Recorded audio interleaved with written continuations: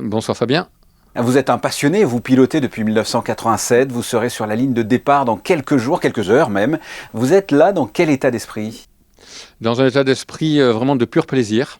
Parce que contrairement aux compétitions auxquelles je participe d'habitude, la Formule 3 notamment historique, où là on essaye de jouer la gagne, en F1, je n'ai pas assez de rythme, je ne roule pas suffisamment souvent avec cette Formule 1, contrairement à mes principaux adversaires qui eux sont tout le temps dedans. Donc c'est très difficile en quelques tours comme ça d'acquérir le bon rythme et d'être compétitif. Donc on va se contenter d'être présent, d'être sur la piste dans cette superbe F1 avec cette superbe organisation et puis vraiment de prendre le plus de plaisir possible. Justement, vous êtes en compétition dans quelle catégorie? Parlez-moi de votre voiture là. Alors là, je suis dans la catégorie F, c'est donc l'avant-dernière catégorie d'âge. Et ma voiture est une Arose A1B. C'est un châssis qui a été construit en 1978, mais c'est la version évolution de 1979.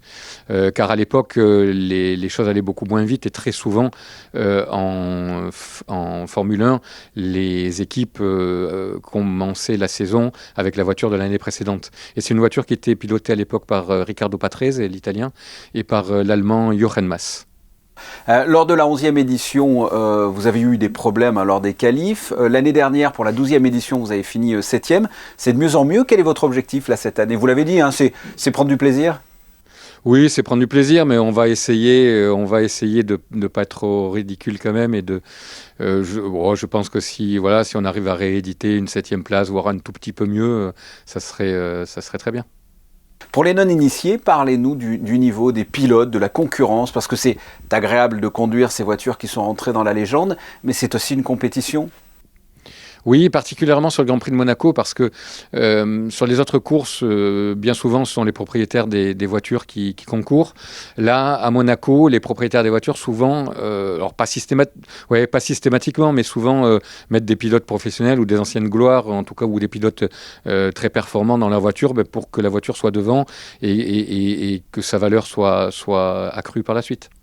Alors, vous êtes chez vous, mais qu'est-ce que vous inspire ce circuit, ce mythique circuit du Grand Prix de Monaco?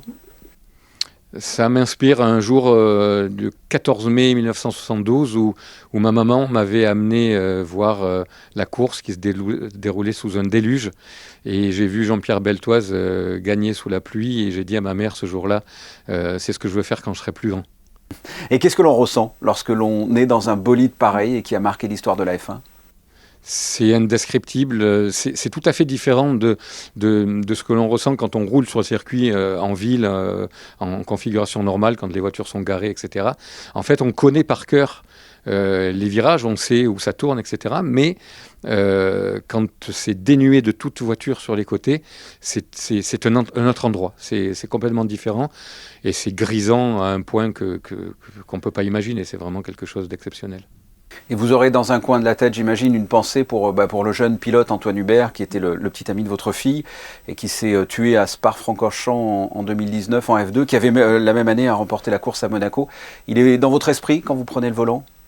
Il l'est pas seulement quand je prends le volant, il l'est chaque minute de ma vie.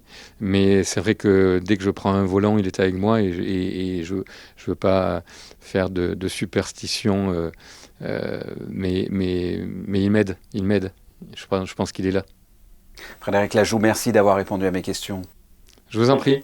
On vous souhaite de passer à bientôt. On vous souhaite de passer un bon moment pendant la course et autour des courses parce qu'il y a une atmosphère particulière pendant cet événement.